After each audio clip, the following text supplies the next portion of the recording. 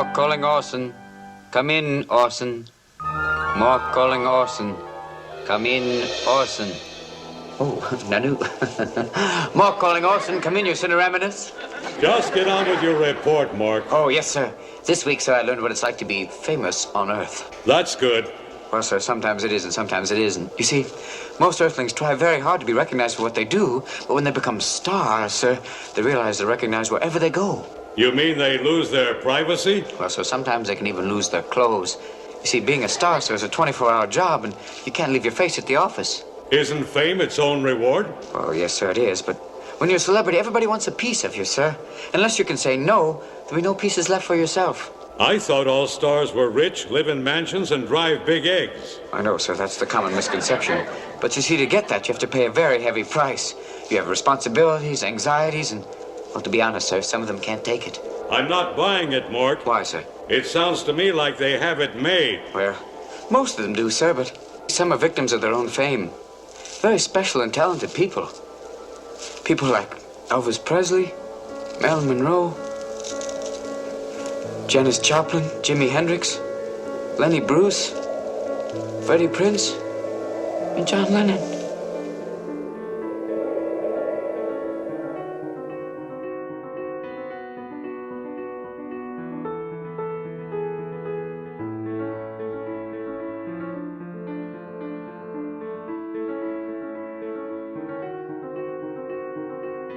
In my ages 17 and 18, I was hospitalized 3 times because I wanted to die. I didn't want to live in a world of violence and injustice. My mother passed away by suicide when I was 21. People who we are losing to suicide are really wanting to live. I tried to kill myself. I wasn't very good at it. I guess I didn't want to die. And between the second and third hospital, I was present at Martin Luther King's I Have a Dream speech, where there were 1 million nonviolent revolutionaries saying, let's work for peace and justice. And I still needed a third hospitalization, but in there, the lightning kind of struck me that you don't kill yourself, you make revolution. I was afraid to go on in my career. I thought I'd done enough. I thought, what more could be expected of me? I thought, well, I could just quit the career, you know, and in many cases, and I'm sure I'm not the only one in this room who feels that way, you sometimes contemplate ending your life. It's a ridiculous thought, but we're human, and it's one of the powers that we have. And if I was about to give up on my career or even my life, before I do that, why don't I go out there and do some really radical stuff? Is it true that you once thought of taking your own life? Was that ever true? Yeah, sad, but true. What was the situation? Divorce. What snapped you out of it? The thought of my mother. I, tried to commit suicide in '94 because I was like the loneliest person on the planet. The first time I tried to kill myself, it wasn't even a serious attempt, I don't think. I was in college, I was 18. I was really depressed and really angry about things all the time, and I couldn't straighten it out in my head. On actor Owen Wilson's hospitalization. Wilson is still at Cedars-Sinai Hospital after an apparent suicide attempt this weekend. I struggle with myself, as I'm human, and there's just days you can't really get with it. Go! Now, close the door! What is this about a suicide attempt in 2010? What was that about? Well, it wasn't really a suicide attempt. It was more just an attempt to try to get some rest. Honestly. Okay, so it was not a cry for help then, this suicide attempt. Look, my entire life has been a cry for help. What is it that you feel you need help with? Well, Joy, look at me.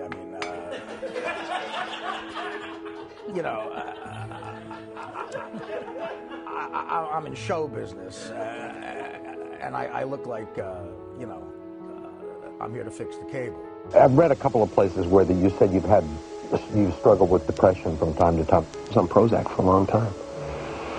Yep, I was on Prozac for a long time, and it feels like a low level of despair you live in. Graham Moore won Best Adapted Screenplay for The Imitation Game. and he used the win to give a powerful speech and startling confession.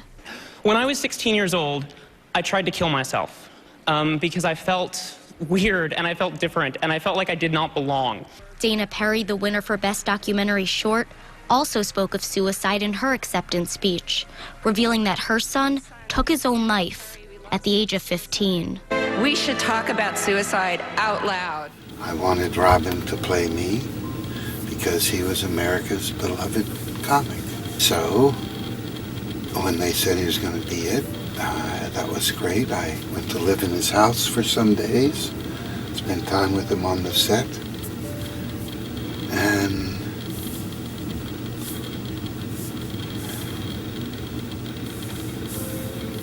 I mean, it was embarrassing how many people were pulling on him, wanting him. And all you have to imagine on is what the media has portrayed, you know, what it is like to be a celebrity, and they polish it all up, you know. They see the red carpets, paparazzi's taking pictures of them, getting out of limousines, they see women, they see money, they see everybody admiring them and everything, but they don't see the real life of living it. You know what I'm saying? And living it is a lot of work and a lot of stress, a lot of, you know, therapy. I've spent thousands of dollars on therapy. It gets to you, man. It's people pulling at you left and right. You're a product instead of a human, and you got to learn to adapt to this whole thing. And it's not easy, man. It's not easy.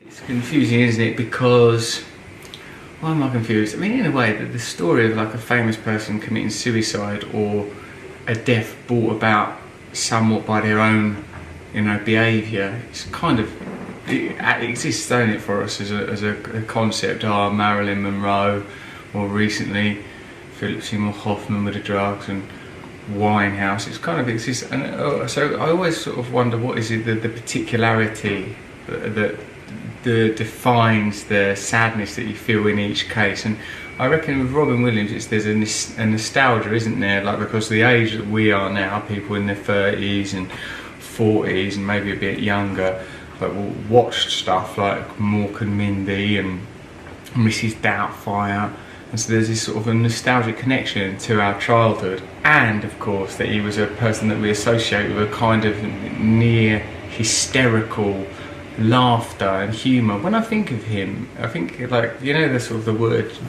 genius is obviously bandied about a lot, but I think when the word genius makes sense to me is when you don't understand where something is coming from. When you sort of, you kind of, well, of course he spent 10 years in comedy school and he refined his techniques. Like Robin Williams, it looked like he didn't even really know what he was doing, you know, like just this vessel for this weird, vibrating, ludic, you know, joyous light, pan-like craziness, like he was someone that speaks that quickly and thinks that quickly and is that full of mirth, and it's so childlike, it seems sort of unrefined, and so I suppose there's a real beauty and relief in it. It seems like that proper humour, disruptive and chaotic, and we don't know where it comes from. I mean,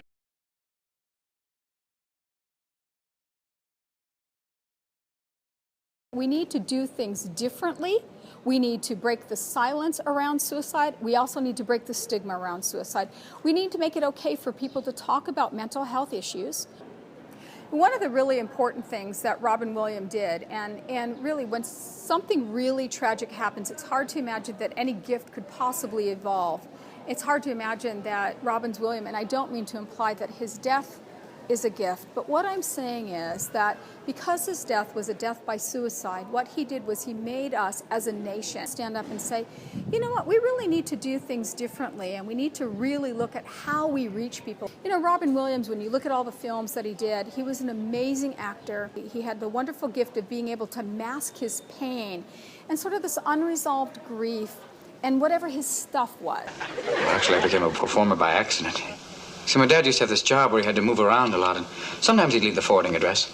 Oh, he didn't do that. Oh, you're right, I was kidding. Actually, he'd pack me in the crates with the dishes. What a guy, man. Anyway, I was always being like the new kid in the neighborhood, and, well, since I was suffering from a case of the terminal shy, I couldn't make friends that easily. I always spent a lot of time in my room, and I created my own little world, full of like all these little characters that had strange and unusual qualities. after a while, I realized that, well, people found these characters kind of funny and outrageous, and then I got to the point where I realized that the characters could say and do things that I was afraid to do myself. And after a little while, here I am. See, I'm a performing addict. I can't get enough of it, and, well, I couldn't say no. Gee, that's a great angle for my story. Robin Williams, the comedian who can't say no. I don't know why I can't say no. I guess I want people to like me. I hate myself for that. As a child, Robin Williams quickly learned that his mother loved to laugh, and the way for him to have some kind of impact on her was to make her laugh. So he told Esquire, I think maybe comedy was part of my way of connecting with my mother. I'll make mommy laugh, and that'll be okay. And the idea, I call it me plus. I have to be me plus something in order to be loved, to have connection, to make contact, to be of value to people. So I have to be me plus good looking. I have to be me plus rich. I have to be me plus funny. I can't just be me and be loved for who I am. I can't just be cake. I have to have icing. Me plus is the root of a huge amount of dysfunction in the world. It's why people rape the environment by gathering more resources than they really need. It is why there's a cosmetics industry. It's why there's plastic surgery. It's why there's all this dysfunction. Me plus. Well, avoiding me plus or dealing with the agony of me plus is essential to actually get a connection. Because me plus is always me plus a show. Me plus a show of money, of beauty, of sex appeal, of comedy, of you name it.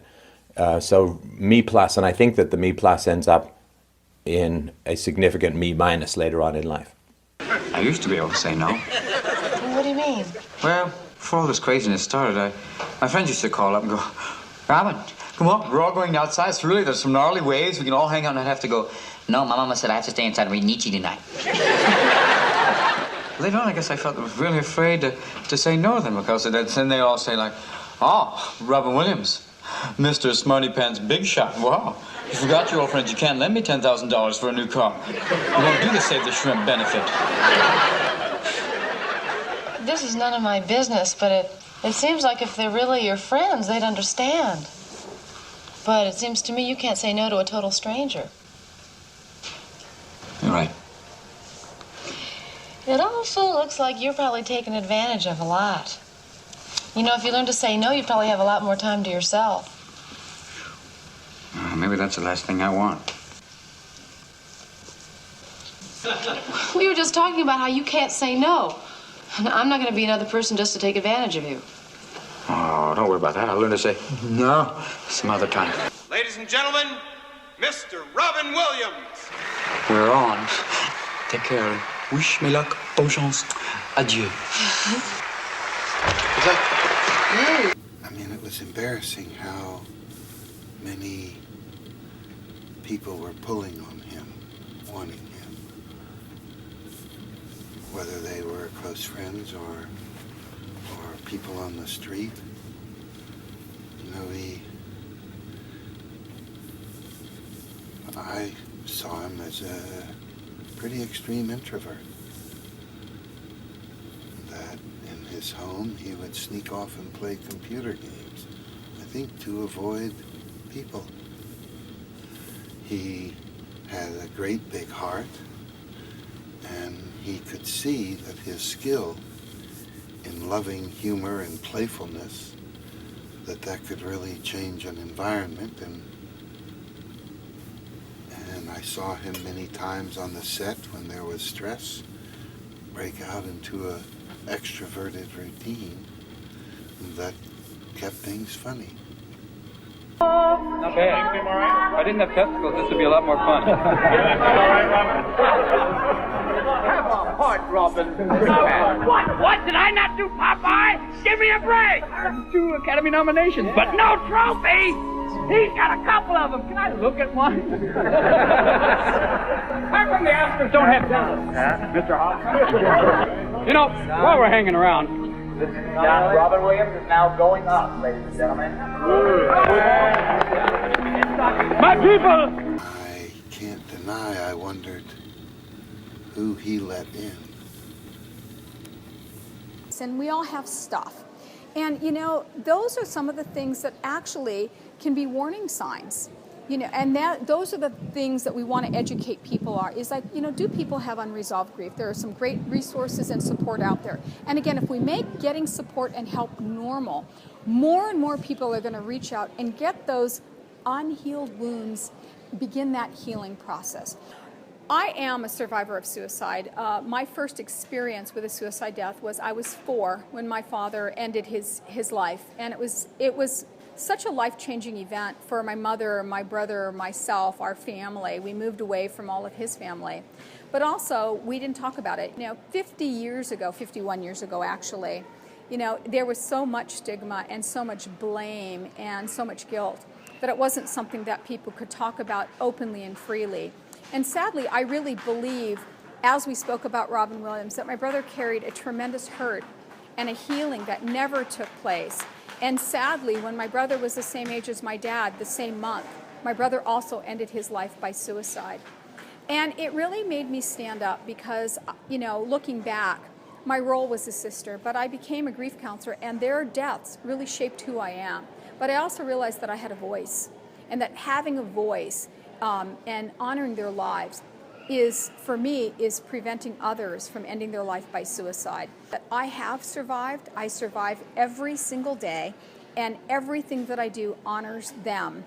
And everything that I do, if I can save one life, then I've made a difference because of them.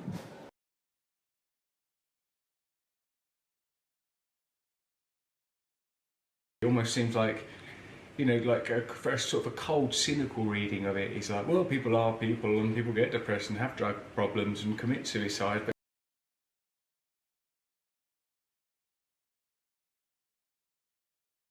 start off with, in my experience of suicide, I have seen that be a spiritual crisis for people, and especially for people who have been diagnosed with various mental illnesses and attempted to, you know, utilize the therapies available for themselves in our society in America, typically, you know, becoming institutionalized or taking medication or,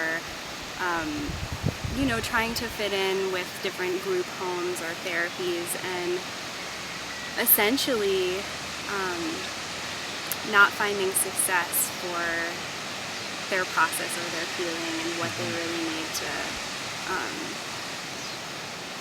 to have a will to live and to feel supported and held in our culture and our community and our society. You know, tendencies of suicide tendencies is a spiritual root, and it's a spiritual crisis, and is a call for more spiritual connection with the source. You know, I know now from the work that I did that I feel like there's just a hole inside of me that can only be filled with spirit, and when I don't fill it with that natural connection, I will use anything outside of myself to try to get some sense of fullness, to try to get some sense of wholeness and feeling okay.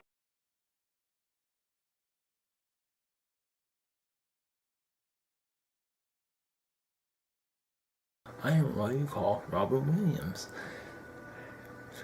Now my jokes are a little bit cut back right now because I was part of that life. I am now in spirit form. God bless all of you for to put up with this world that you are in. And don't do what I did. Just live it. Don't cut your cord like I did. Don't follow my footsteps. Don't commit suicide, please. For me, it's hard. It's hard to explain it. It's best you just not do that. The ramifications, because my next life, because I am seeing how I didn't finish what I was there to do in my Robin Williams life. I have to come back in and relearn what I didn't learn. If that makes any sense. That didn't make any sense, did it? Well, I'm learning what I didn't apparently learn, and that was I went about my life all wrong. Money, sex. I went about it all the wrong ways. wanted too much money. The acting was beautiful. That was great. The career was wonderful.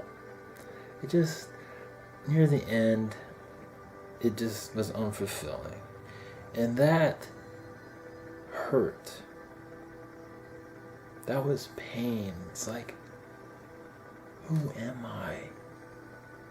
I know I'm this funny guy, but I don't feel funny anymore. I feel dead. I know it's... I hope any of you going through that to just keep going. Find what makes you happy. I didn't do that. I took the step out. I should not have done that. And now I have to pay for it. I have to come back. And living a harder life. I lived a pretty hard one already.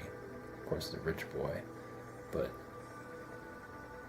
it's going to be a lot harder. But the comedian side of me is going to flourish, and I'm not going to leave it like I did last time. I left it. I had it, but it wasn't the same. When you're on the road, it's fun, and I left that. I lost myself. And when I lost myself, I took a dive. So many do that on earth, and I don't want you to follow in my footsteps at all. I want you to be funny, but I don't want you to crash like I did. But I haven't left you. I'm coming back. From what I gather, I'll be living a shorter life, but I'll be finishing up what I did not do in my current life, or my past, however you want to call it, like recent reincarnation. It won't be a long life, but it'll be enough to fix everything I didn't do, and I'll be done. And then I'll be all over the place somewhere else. I'm not going to go into that. I'm coming back to Earth soon. Very soon. So, God bless you all. Just live your life. Just keep going. As dark as it might get, just keep going further. Just keep going. Never stop.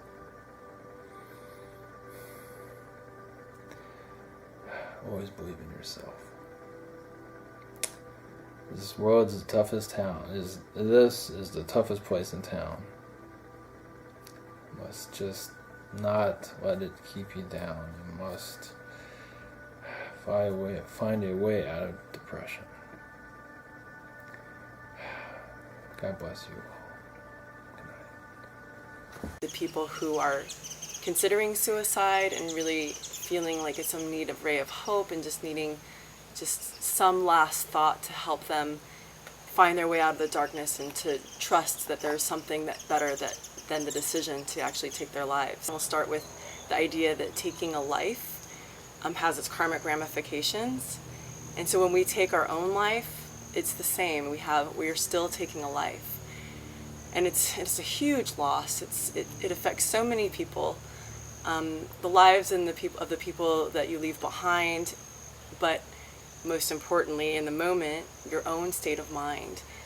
Because Buddhists really believe that the state of mind that we have when we die is very, very important, and that this state of mind is what we carry with us through the death process. We leave our body behind, but what we carry and keep is our state of mind. And it's our inner being, as my teacher always calls it. We have an actual inner being, that which lives beyond this form. And so that being that carries on into the next realm has a state of being, a state of mind. And so we must think about that. I really think it's important if we're considering. And I say this also because there have been times in my life where I've considered suicide. When I was younger, in my early 20s, I was very suicidal. And somebody at that time told me, people who commit suicide, if you believe in reincarnation, then you should be aware that you'll be born again and again with the same issue until you resolve it.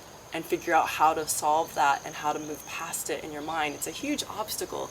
So many people, and I have so much compassion, I know how painful it is and how really deeply difficult it is sometimes just to hang on to life when there's a huge challenge. But to me, the ray of hope for staying here on the planet is this concept that I always love to repeat, which was taught to me by my teacher, Domo Geshe Rinpoche. She says there's two reasons we're here, two reasons we're alive on this planet. And so the first reason is we're here to understand and learn and really comprehend the compassionate nature of reality. And then the second reason that we're here is to learn to get along with others. So if we can really try to hone in our focus that these are let these be our guiding lights in trying to find an answer, and that this is what we're here to learn. And when we take our lives, we stop ourselves in that process. We really don't allow ourselves to learn how to move through those challenging obstacles, which we might think could be solved with suicide. The state of mind of negativity, the state of mind of challenge, fear, pain, these are all transformable states of mind. And so if somebody's really considering taking their life, if they can consider and just hold on to that this is a temporary frame of mind. This is a temporary state of mind, and maybe I've been in it a long time, maybe I've been in it for years, maybe I've been on many medications, but there is a remedy. Just keep searching. There is an antidote somewhere.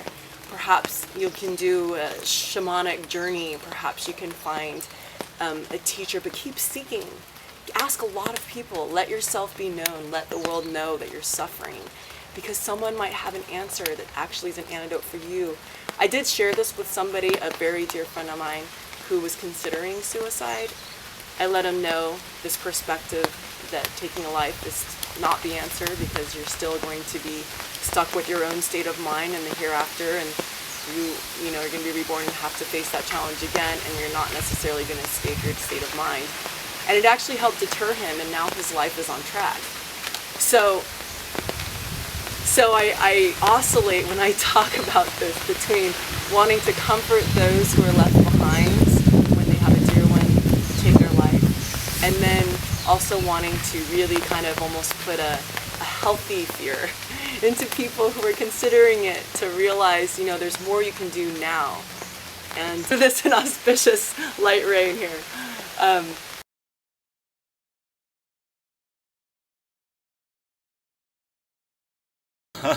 It's much more of a last resort that comes out of extreme hopelessness, where, you know, if there's a silver lining to this stuff, I think that's it, to dive down and to get with our humanness and to get with that human spirit. Yeah, hopelessness is a part of life, as is hope, because that stuff fluctuates. one of the really cool things that's come out of our modern science and looking at all these individual risk factors for suicide is this understanding of hopelessness as a trait that's distinct from depression. It can persist even when depression is gone.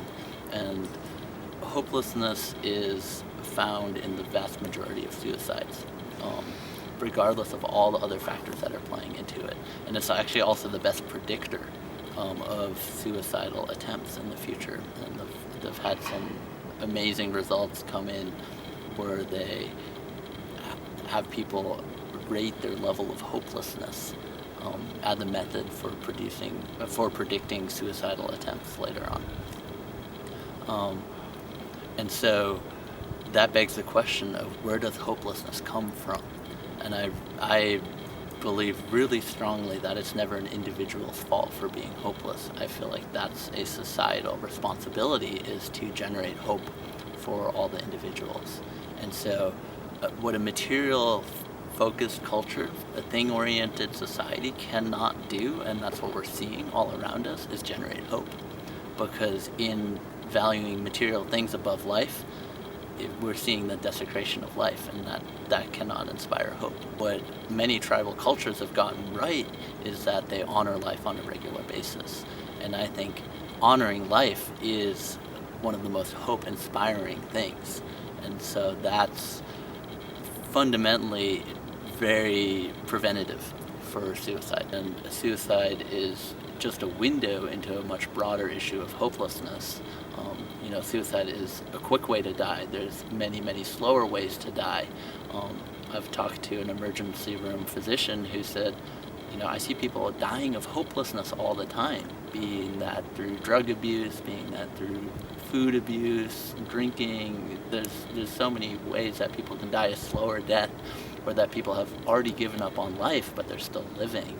So in Bhutan, when a road is built, the people ask each tree for permission to build the road there before cutting down the tree, because they recognize that that tree is intrinsically valuable because it's alive, and that tree has life and spirits, and that is integrated into their culture as a way of honoring life. And that's an example of how life is honored before material things.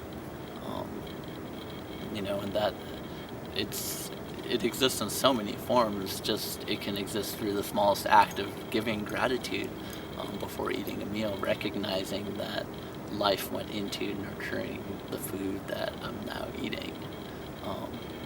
I think there's a lot more that I don't even understand yet, because we're just beginning to experience how fully we can honor life on a regular basis. But I think it's something common to indigenous cultures all around the world and for long periods of time, and it's something we've only very recently departed from, with this idea that we are independent of natural forces, and that we can worship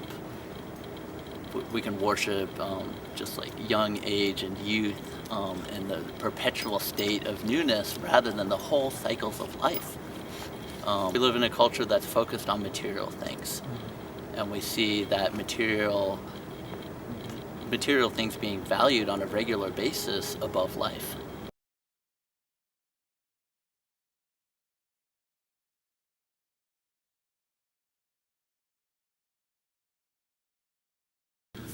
You know, there were a lot of suicides in 1939, people jumping out of windows. Because if you're defining yourself by something that can be lost, and it's lost, then that might be your cause of suicide. But even there, if friends aren't number one, you're putting yourself in jeopardy for suicide. That if you aren't enraptured with your tribe or your collection of tribes, then suicide, I think, can touch you anytime.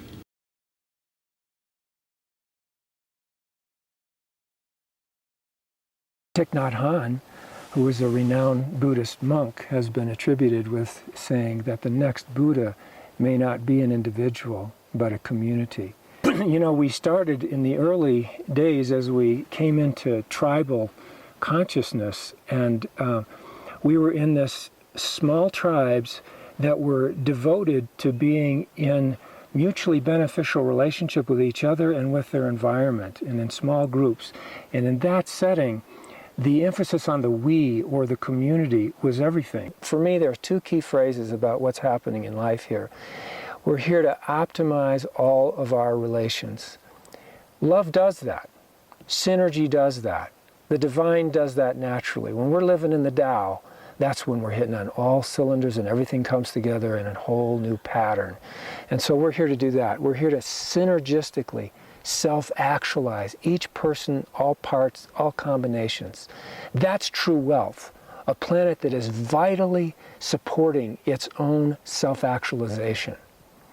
Now, that is in stark contrast to the economic system we're living in right now. So the rich get richer, the poor gets poorer, the gap gets bigger.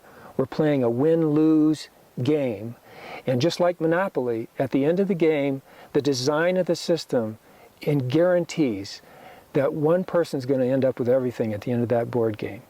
Doesn't matter how much you do it with love and appreciate each other while you're doing it. As long as you're playing a win-lose game, the outcome is inevitable. What we're transforming into is how to play win-win-win games. And when I say win-win-win, I mean wins to the individual, wins to the social system, and wins to the whole environment, ecological, planetary system. It's wins at every level.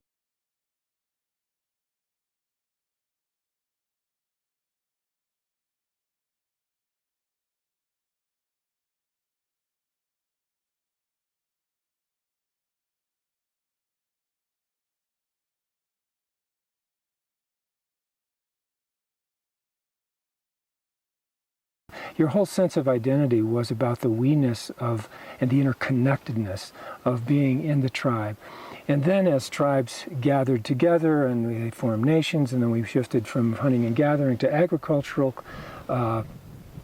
based cultures, we began to move into villages and towns and cities. And so there's two pendulum things that work here. So there's the movement at the collective level into more complex groupings, from a small tribe to multiple tribes to villages to towns to city-states to nation-states to huge, huge cities, metropolises. And so we've got this movement in the we cycle to go from the less complex to the more complex.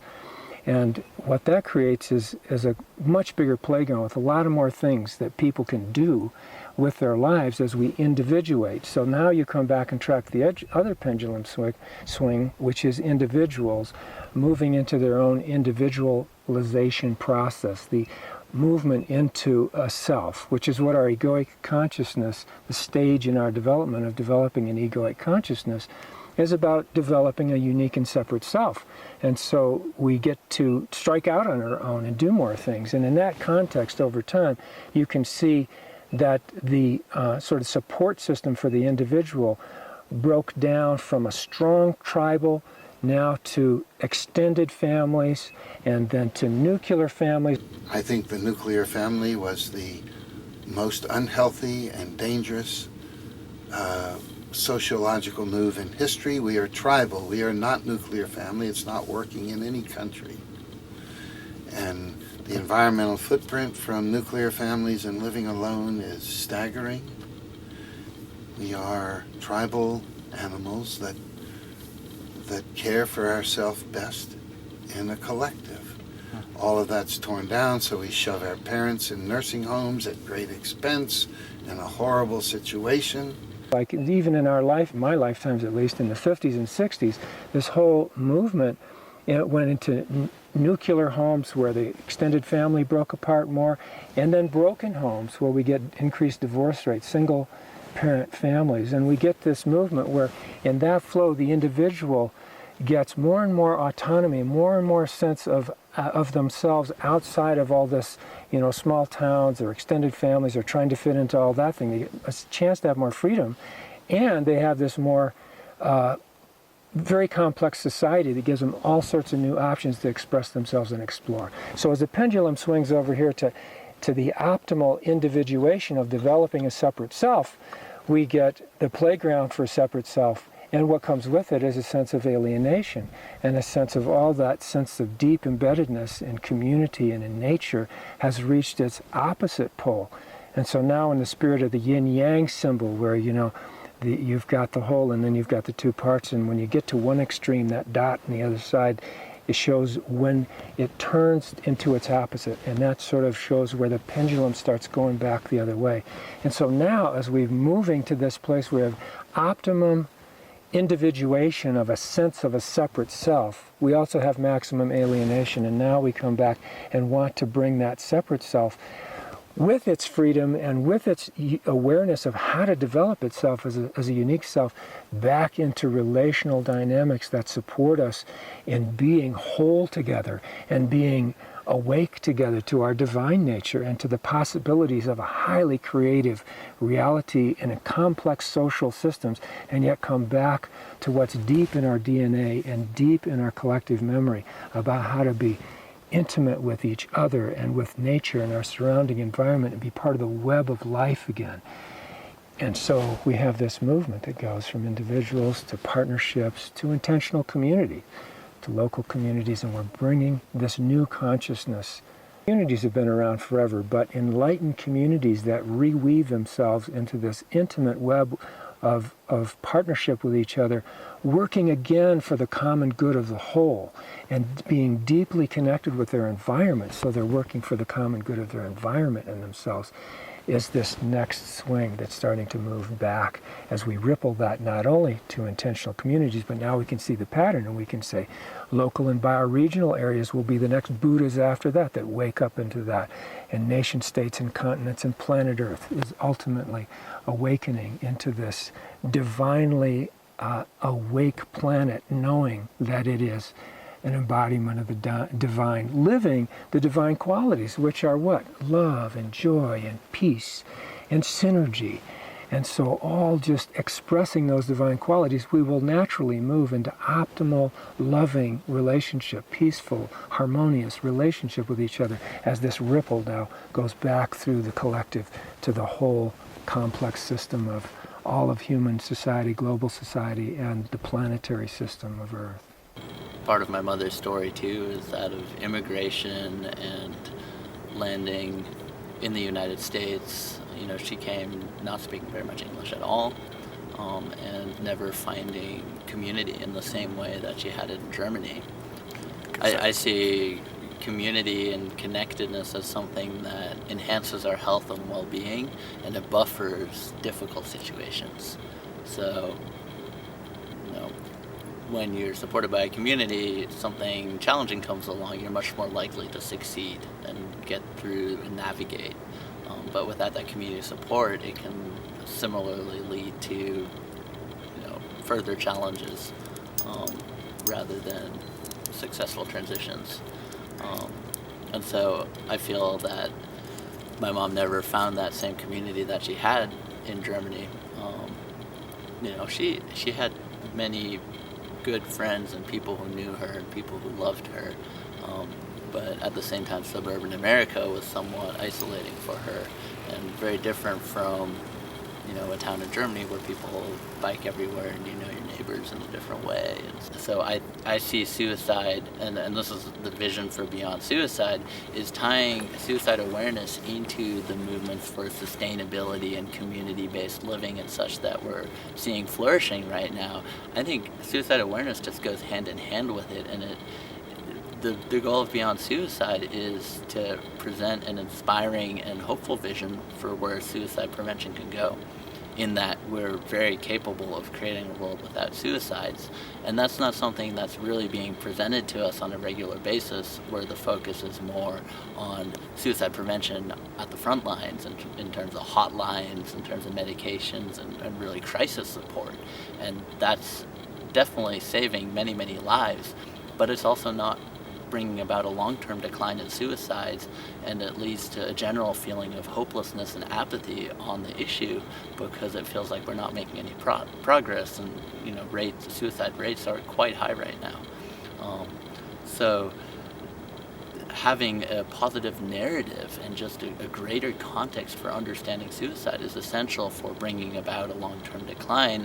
In 2004, on a trip to Thailand, I remember in the midst of some of my depression, I was talking to some Thai people and I asked them, you know, how is that for you all? Do you experience depression? And the person that I talked to at least said, no, I don't even know what the Thai word is for that. Like, there isn't a way of translating that experience, at least for that person. And so it made me really reflect, like, what, even though, you know, from Americans' point of view and our standard of living, many of the people over there in Thailand and other developing nations are, you know, having substandard experiences. However, they're not depressed.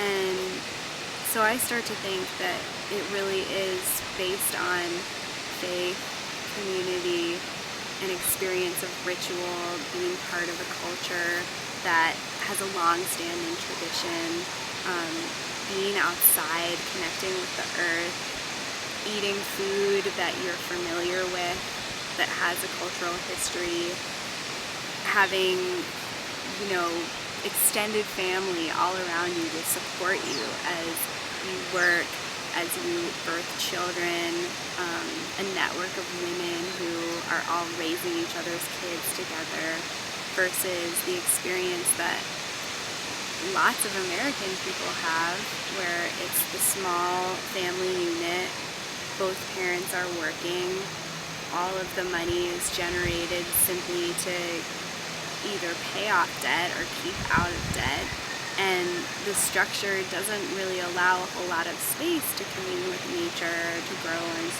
own food, to connect with the earth.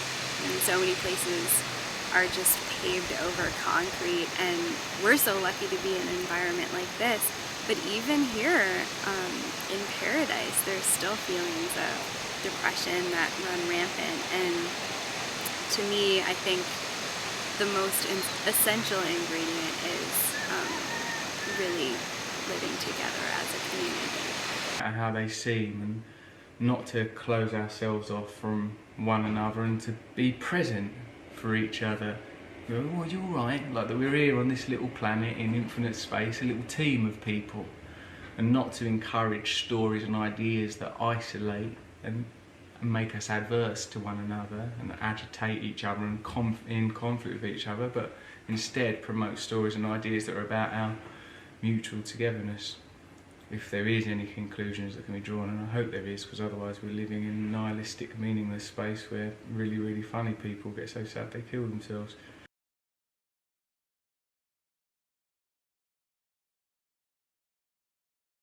I think that oftentimes people with these diagnosed mental illnesses have gifts that society, our culture, does not recognize, and so they're pushed to the outskirts and they suffer because they're not seen and loved and held and cherished as traditional indigenous societies do. There are special roles for people in indigenous cultures who have the gift and the ability to see beyond the physical world. And those people are held in great reverence and respect, and they're oftentimes designated roles as healer or doctor in their community, and people come to them and pay them money and take care of them and are really inclusive of who they are in the world. And a large part of what that includes is their sensitivity and their ability to feel things, and to not only feel things within themselves but feel things within other people.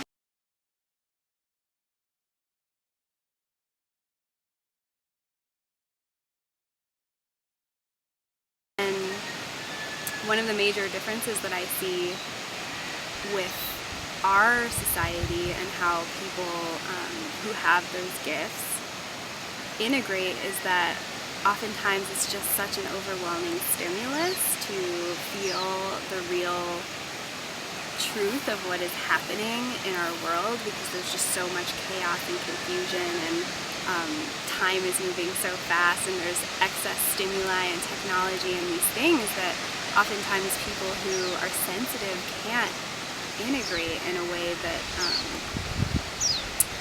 feels balanced and healthy. And so my perspective is that those people then who in indigenous societies would be treated with honor and respect are diagnosed as crazy or depressed or, you know, ADHD, whatever it is, given a label and given a medication.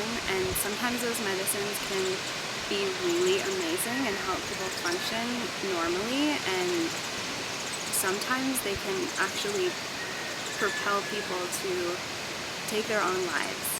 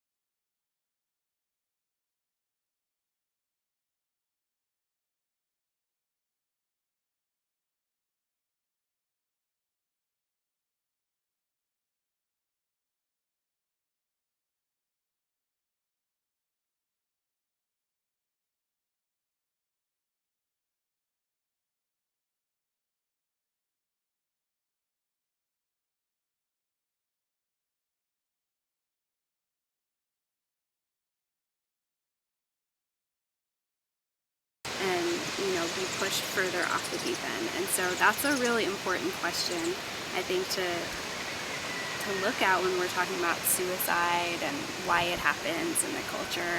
When people are suffering and they're offered medicines or therapies or whatever it is to alleviate that suffering, but it's not the appropriate or correct treatment for them, I think it can make the suffering even worse.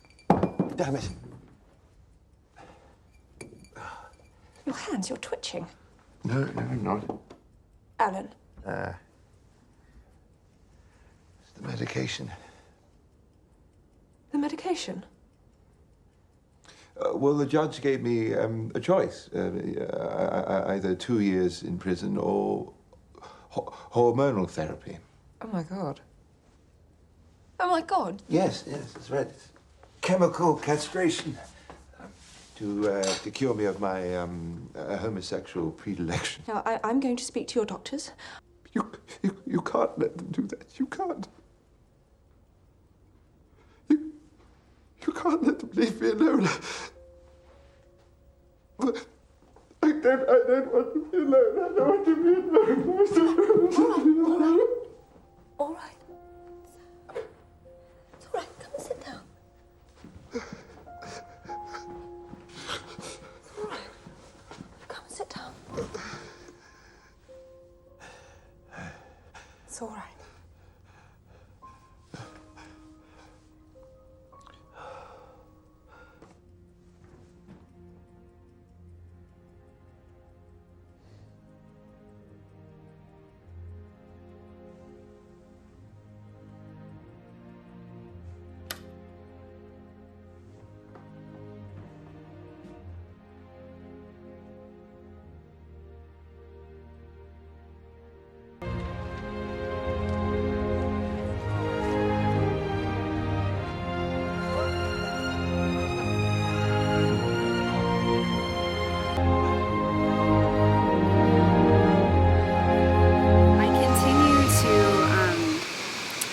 Fascinated with this perspective of what's unwell in our culture and why there are so many people who are suffering with depression and, you know, moving towards that road, toward ending their lives or just feeling isolated, alone, suffering, grief, whatever it is. I mean, there's just the whole gamut, and I feel like so many of my personal friends, including me, have gone through their own experiences with depression and sometimes suicidal thoughts or behavior.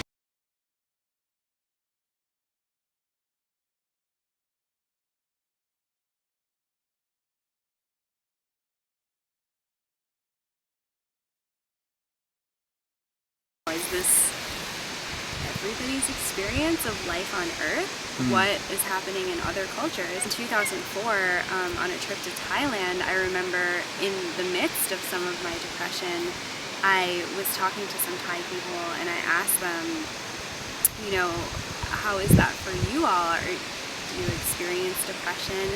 And the person that I talked to at least said, no, I don't even know what the Thai word is for that. Like, there isn't a way of translating that experience, at least for that person. So it made me really reflect, like, what, even though, you know, from Americans' point of view and our standard of living, many of the people over there in Thailand and other developing nations are, you know, having substandard experiences.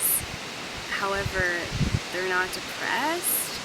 And so I start to think that it really is based on faith, community, an experience of ritual, being part of a culture that has a long-standing tradition, being outside, connecting with the earth, eating food that you're familiar with, that has a cultural history, having, you know, extended family all around you to support you as you work, as you birth children, a network of women who are all raising each other's kids together, versus the experience that lots of American people have, where it's the small family unit, both parents are working, all of the money is generated simply to either pay off debt or keep out of debt, and the structure doesn't really allow a whole lot of space to commune with nature, to grow one's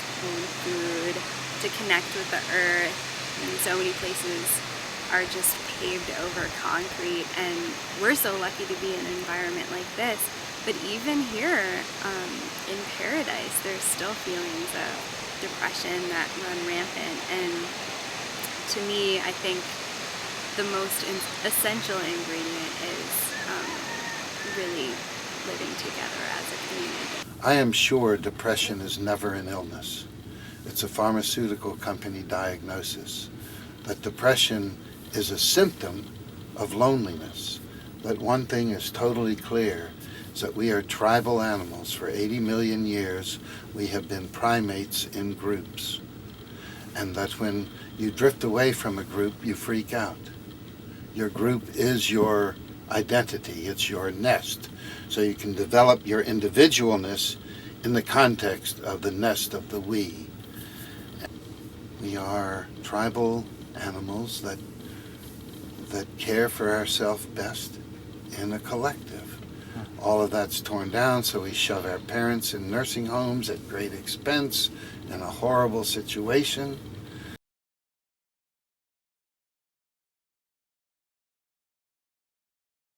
The society also, we are afraid of darkness, you know? We are afraid of going in the depths of things and growing there, because, you know, we cannot be reborn without a death. And death and life are going on all the time. I think in one's lifetime we die and are reborn so many times. So I think when we resist, you know, it's more painful. You know, no process of destruction and death is pleasant. But if we had the understanding that it's to be, you know, for something to grow again, then we wouldn't feel like that, and our society wouldn't be so judgmental about people who are going through a death process. Never been able to make positive change from other people's judgment. In fact, most of the positive change that I've been able to make has been an act of grace, of like some strong human spirit just breathing into me, really. Or from the love of other people around me, encouraging me and supporting me and not judging me. It's the not judging me that's been helpful. I don't think that removing the judgment from suicide gives permission and encouragement. I've never really felt afraid of dying. It's wasting my life that has terrified me more than anything. I truly believe that the purpose of life is to give life purpose. So if you're just sitting around playing video games and wasting your life away on the computer watching other people live their lives and do the things that they like to do, then you're really just wasting your life. And if you waste your life, I'm pretty sure that whatever divine thing is happening after this, because we do move on, they're probably not going to be really happy with you if you just wasted your whole life, and they're probably just thinking that you're going to waste your entire afterlife too. And so who knows what happens to people who just waste their lives. I don't want to find out though. Really put yourself out there and see what you can do, and my thought process has changed a lot, and this is one of the things that has helped me grow and look at things differently, I guess. Body suspension. It's really increased in popularity in the last 5 years, it seems. I know that there's certain rituals that certain tribes did do. There's the sun dance, and some say that it was for rite of passage. Some say it was to know what women felt like when they were giving birth, or there's many other reasons. I really can't speculate on what other people do and why they do it. I only know from my personal experience. It's sort of meditative therapy for me throughout my life. Yeah, it kind of places me outside of myself, and nice. just to know it's like it's just flesh and bone. Like this isn't what we are. Like this is, you know. So it's like, test it, see where it goes, see what happens. Do it in all aspects of your life. Putting out of the mind like what's actually happening. You know what I mean? So it's like this is just a piece of the picture. That's when you learn, is when the unexpected weird things happen. That's when you learn and you grow. I mean, if everything was the same every day, and there was no surprises and no pain, or, you know, then there would never be any growth. Yeah.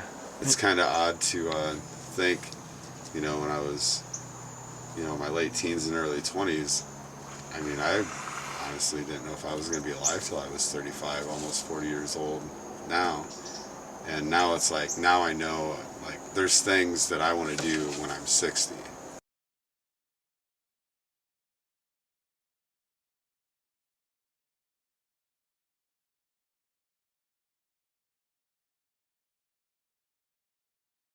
Grief is, it has intelligence, it needs to move, and locking it up is dangerous. Fine, I'd like to attend to the other mourners. Susan, you're trying to avoid the sadness, and I can't let you do that. Oh, please let me do that. Just please, this has been a terrible day. I have to bury my husband. Is he in here? Grief is a skill of life. It's something that has to be practiced. It's not something that, you know, can just happen. There's actually an art to going and grieving, and, you know, it's called grief tending. I've just never done anything like that. Let it out like that. Yeah, you have to let it out. Will you help me? I will try now. Just do it soft at first. Easy, start.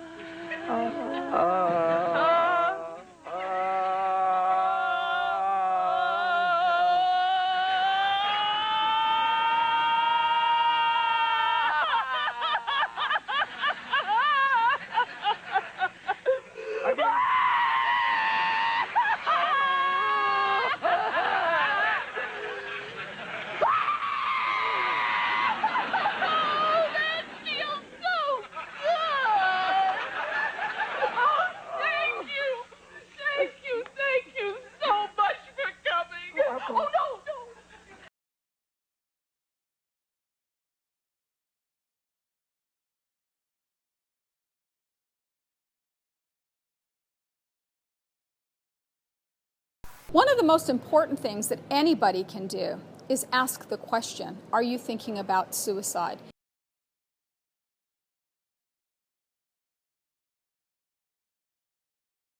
When I wrote I Won't Give Up,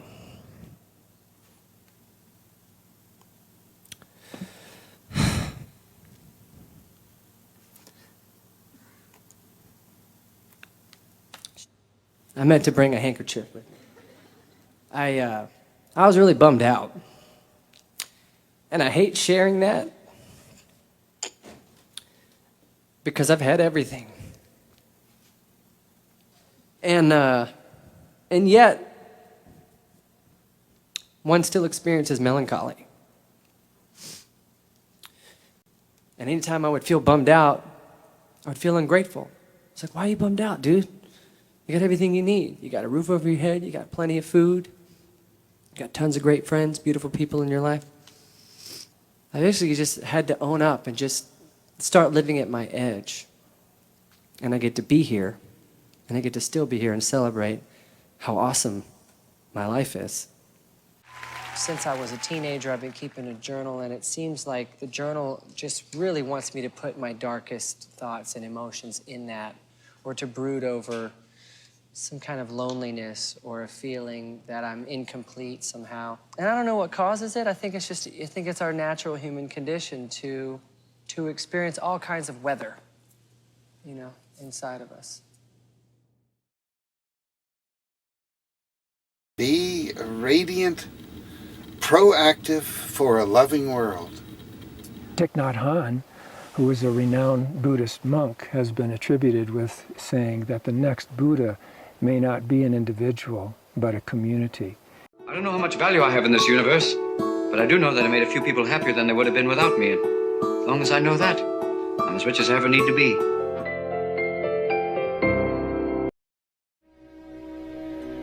Please, Don't worry so much. Because in the end, none of us have very long on this earth. Life is fleeting. And if you're ever distressed, cast your eyes to the summer sky, when the stars are strung across the velvety night, and when a shooting star streaks through the blackness, turning night into day. Make a wish. And think of me. And make your life spectacular. I know I did.